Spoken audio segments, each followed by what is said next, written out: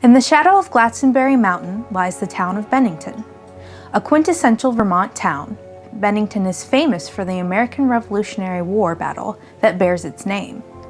But the town is also famous, or perhaps infamous, for the name given to the surrounding wilderness, the Bennington Triangle. Several people have gone missing in the triangle, with only one having ever been found. Authorities remain baffled to this day, but some locals rely on legend and lore to explain the disappearances. Did Bennington have a killer in its midst? Were there alien abductions? Or are entities who should not be named responsible? We'll look into all these possibilities and do our best to understand the curse of the Bennington Triangle today on Curious History Mysteries.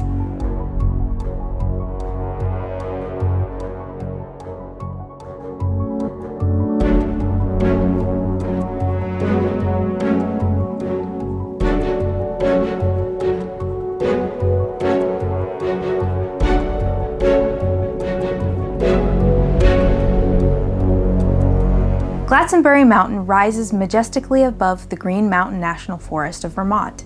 Standing at 3,748 feet, Glastonbury Mountain hosts the northern portion of America's Appalachian Trail, with the Long Trail passing over the mountain's summit.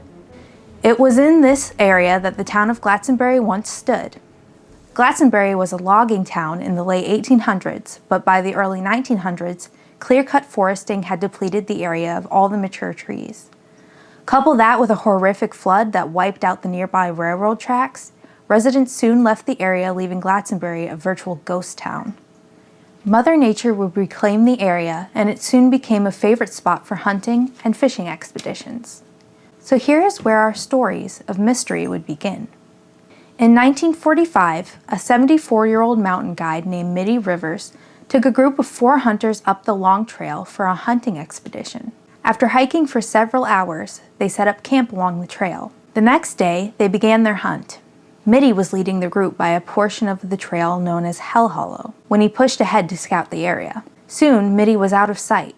The hunters continued up the trail, but realized that Mitty was nowhere to be found. The party looked for their guide, calling out to him while searching the surrounding area, but darkness was on the horizon. So, they began making their way back to camp. They totally expected Rivers to walk into the camp that night, but when morning came, Rivers was still unaccounted for. The 4 hunters made their way back down the Long Trail and contacted the local authorities, who in turn assumed Mitty would reappear. After all, Rivers was an experienced guide and was very familiar with the area. Several days passed before a search party of 300 locals and military was established and combed the area, but after a month of searching, there was still no trace of the mountain guide. It was as if he had vanished into thin air. Mitty Rivers was the first mysterious disappearance of the Bennington Triangle. On December 1st, 1946, 18-year-old Paula Weldon, a sophomore at Bennington College, wanted to go for a hike on the Long Trail. Paula asked several fellow students if they would accompany her, but all were busy that day, so she decided to hike alone. After finishing her shift in the Bennington College dining hall, Paula returned to her room and changed into her walking clothes. She was sufficiently dressed for the weather that afternoon, but not for the anticipated drop in temperature that night. She packed no bag, took no extra clothing, and did not take any extra money. From all appearances, she did not expect to be gone more than a few hours. Paula hitched a ride from local contractor named Louis Knapp.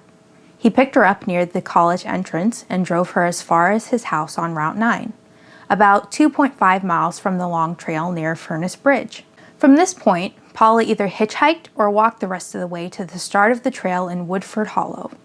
While on her hike, Paula stopped and had several conversations with other hikers, including a local resident who gave her directions, and a group of locals finishing their hike.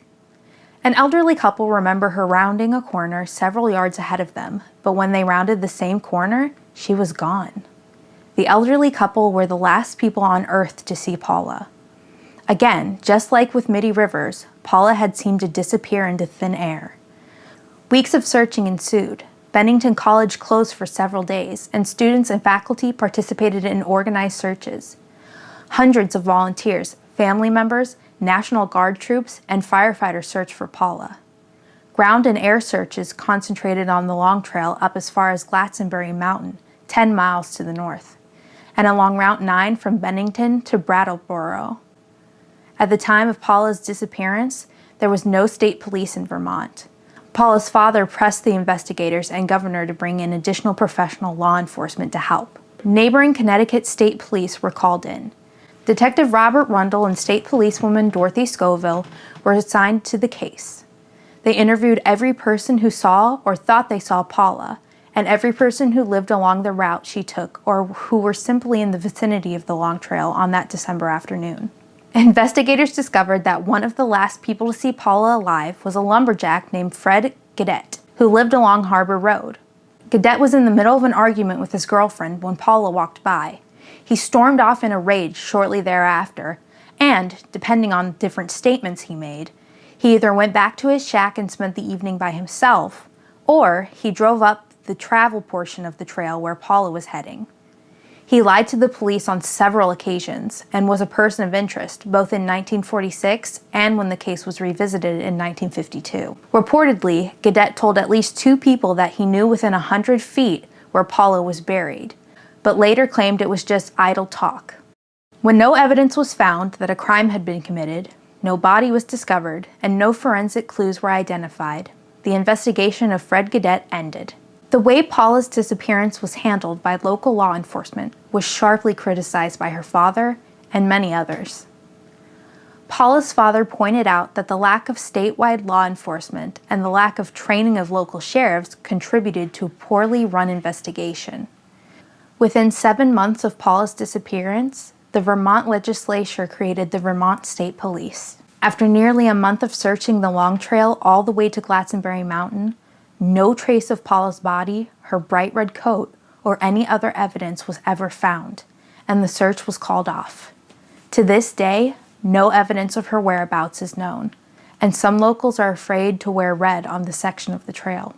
On December 1st, 1949, 3 years to the day after Paula Weldon disappeared, James Tedford, a World War II veteran and resident of Bennington Soldiers' Home, rode the bus north to visit family in St. Albans.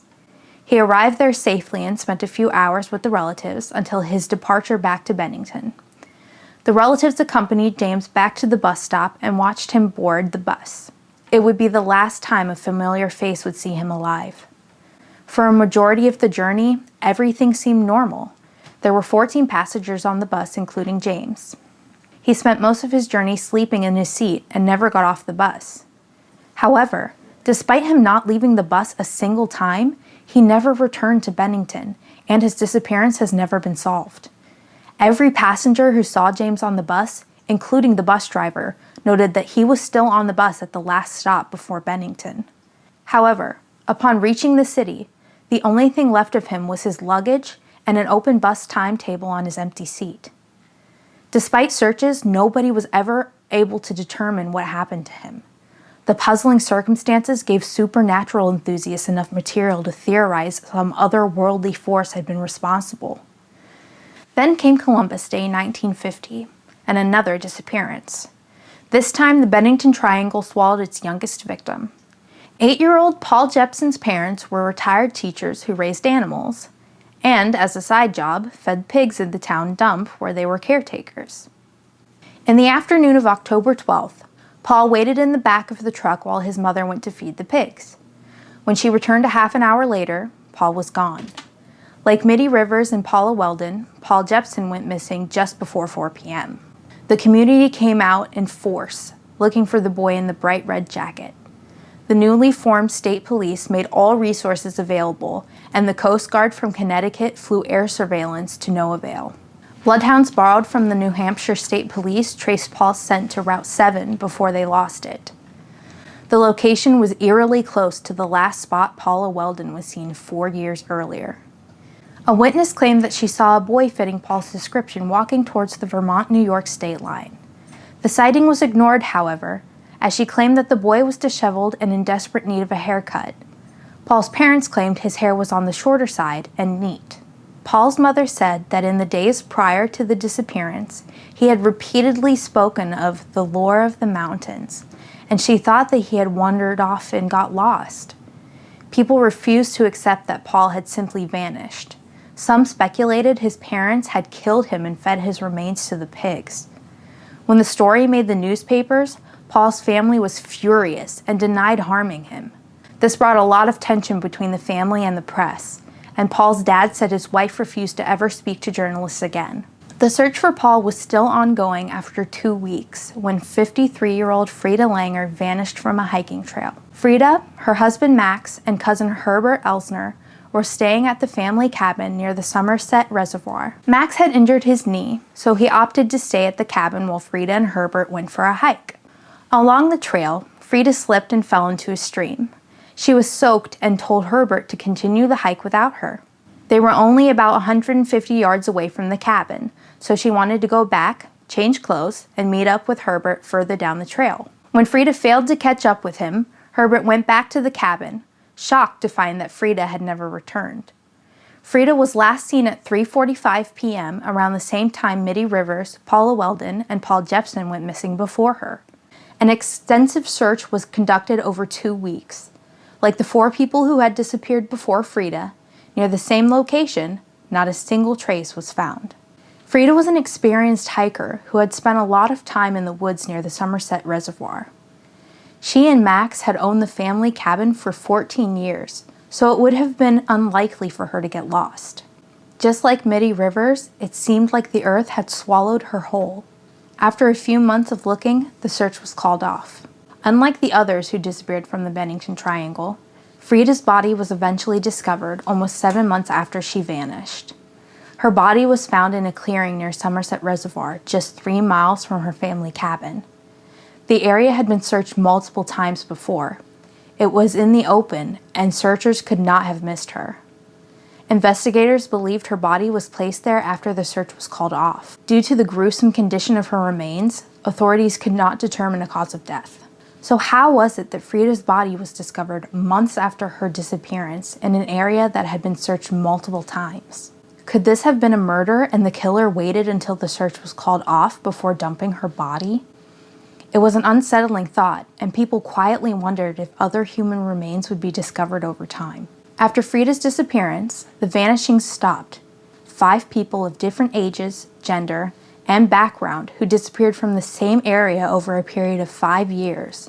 All the disappearances occurred late in the year, in the fall or early winter, usually in the afternoon between 3 and 4 p.m. So what is it about the Bennington Triangle that gives way to so many unexplained disappearances? Well, this area is known for more than just these disappearances. UFOs, Bigfoot, floating lights, and strange creatures with bone-chilling calls all exist in the lore of this area. The indigenous people have tales of cursed creatures said to live in the Appalachian Mountains and spread out to the surrounding wooded areas.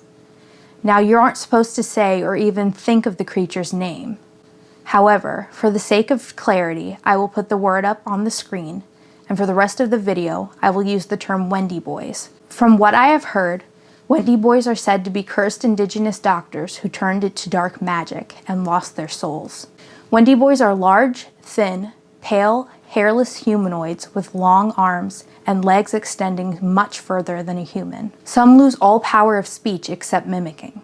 They can mimic anything, but the sound they like to do most are crying mothers and babies.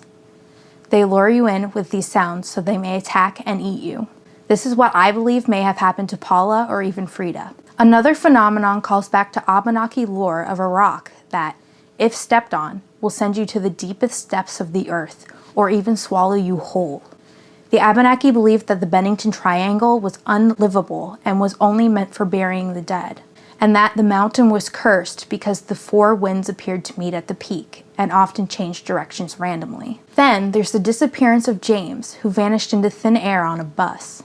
Could this be the work of aliens? Some people who have claimed to be abducted say that time stood still as they were taken and resumed when they came back from the abduction, like nothing had ever happened. Though some people like James may have not been so lucky to come back from the abduction. This is of course all alleged, as we may never know these poor people's unfortunate fates.